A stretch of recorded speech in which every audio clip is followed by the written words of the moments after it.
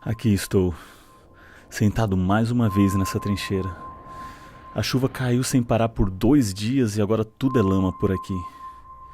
Nesse buraco eu vejo pedaços de equipamentos, muita munição, roupas manchadas de sangue, pessoas feridas e muitas já sem vida. São sinais terríveis, sombrios e impiedosos dessa guerra. Mas nem sempre foi assim. Minha pequena luz, vou deixar brilhar. Minha pequena luz.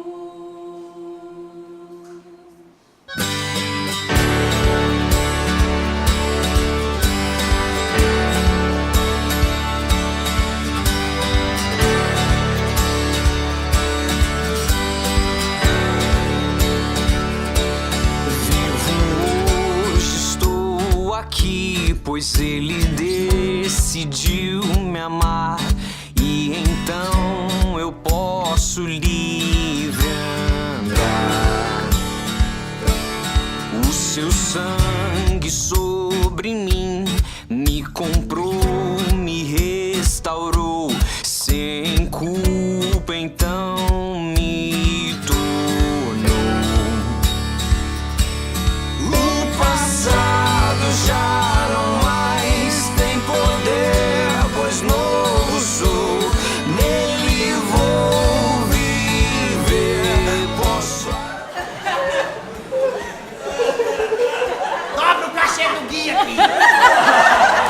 não me assustarão jamais, pois foi ele quem venceu em meu lugar.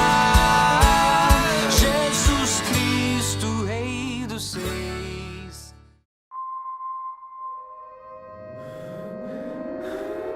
A mesma velha trincheira, a mesma paisagem, os mesmos ratos crescendo como um mato, malditos. Os mesmos abrigos, nada de novo. Os mesmos velhos cheiros, tudo na mesma. Os mesmos cadáveres no fronte, a mesma metralha todo santo dia. Como sempre cavando, como sempre caçando. A mesma velha guerra dos diabos. 2018, a Primeira Guerra completa 100 anos de término. Uma guerra marcada por ser uma guerra de pouco avanço, onde grandes potências acabam se enfiando em valas. É triste porque essa guerra, 35% dos mortos se dá por causa das trincheiras, ou por doenças psíquicas, ou até mesmo um soldado matando o outro. A Primeira Guerra Mundial ficou conhecida no período dela como a Guerra das Trincheiras, porque os exércitos, por conta da criação da arma de fogo, começaram a se omitir do combate, entraram dentro dos buracos, estavam na guerra. Muitos morriam por falta de antibiótico, por viverem em condições subhumanas. Estavam na guerra, se doavam, se sacrificavam, mas não estavam lutando a guerra de fato. Não iam para o combate franco e de fato. E penso que a igreja também, em certo sentido, tem vivido nessa perspectiva. A gente tem estado algemado dentro das nossas trincheiras. A gente não está lutando a luta legítima, estamos supostamente em guerra, estamos nos doando, gastando energia, muitos de nós nos sacrificando por questões que não são a guerra de fato, não são a proposta de fato. E a gente começou a pensar um pouquinho a respeito do que isso significa para a nossa realidade. E a gente se deparou com a realidade de uma igreja que é voltada para dentro. A gente vê uma igreja que é um grande monumento e ela com pouco movimento. Então, onde a gente propôs jovens e adolescentes pensar a respeito disso. E aí, o que a gente pode fazer para a gente sair do monumento e começar a ter movimento e relevância diante da sociedade?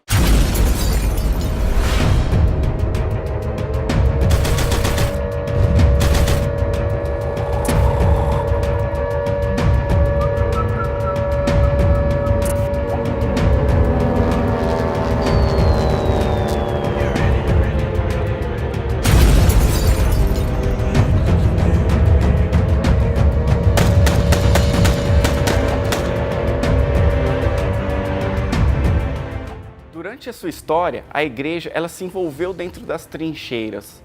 E o grande motivo disso foi a grande omissão da igreja durante muito tempo.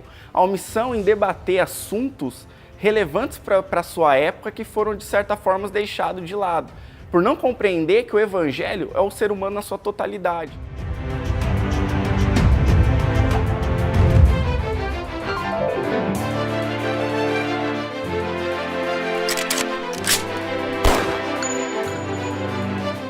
Uma vez que a igreja é feita de pessoas e pessoas que sofrem os efeitos do pecado, e nós poderíamos pensar nos efeitos imediatos da queda, por exemplo, como um paradigma para nós, nós percebemos que Adão, depois de pecar, ele sente culpa, por isso ele tem medo de Deus, e com medo ele se esconde de Deus. E nesse movimento de omissão, de medo, transfere a culpa para Eva, e Deus havia dito e previsto que quando ele comesse do fruto ele morreria. Então Adão, penso que Adão teria cogitado que, já que Deus disse que eu morreria, então Deus deve estar me chamando para me matar, então não me mata não, mata Eva. Essa quebra de relacionamentos interpessoais é resultado da queda. E todos nós carregamos culpa, medo, transferência de culpa, quebra de relacionamentos. Nós carregamos isso num nível mais rudimentar de ser, num nível mais ontológico, é isso que nós somos.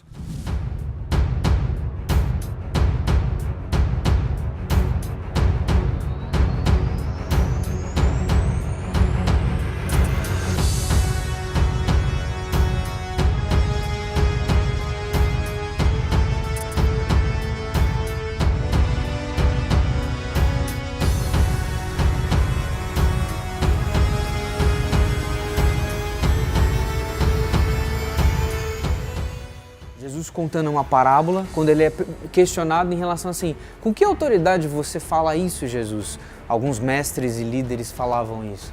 Com que autoridade você prega? Com que autoridade você questiona algumas leis, você questiona as nossas práticas? E Jesus conta algumas parábolas e duas delas são muito importantes ali em Mateus 21. Uma parábola sobre 2 filhos. Um homem tinha 2 filhos, ele chega para o primeiro e fala assim, vá cuidar da minha vinha. Esse primeiro fala assim, não, eu não quero cuidar da vinha. Pensando direito, ele vai. O mesmo homem chega para o segundo filho e fala assim, ó, vai lá cuidar da minha vinha, cuida lá. Esse segundo filho chega e fala assim, não, eu vou, sim, eu vou, meu senhor. E nunca foi. Nessa história a gente encontra esses 2 filhos. Um que ele é reconhecidamente desobediente, e um outro que é ilusoriamente submisso. Vocês acham que vocês estão servindo a Deus, acham que vocês são submissos, mas essa submissão é ilusória, porque vocês acham que vocês são donos das coisas. E na verdade, a vinha, aquilo que Deus tem, o serviço no reino, vai vir primeiro para outros, para aqueles que são reconhecidamente desobedientes, para aqueles que, mesmo dizendo não, passando um tempo, se arrependem e reconhecem. Porque às vezes a gente pode, passar a vida inteira achando que estamos servindo a Deus, achando que estamos abafando no reino de Deus com as nossas músicas, com as nossas pregações, com as nossas atividades, e muitas vezes nós estamos de uma maneira fantasiosa submissos a Deus, sem reconhecê-lo como verdadeiro Senhor. Podemos até chamar Ele de Senhor, como aquele filho fala, mas na real não servimos. Não estamos cumprindo o propósito que Deus colocou.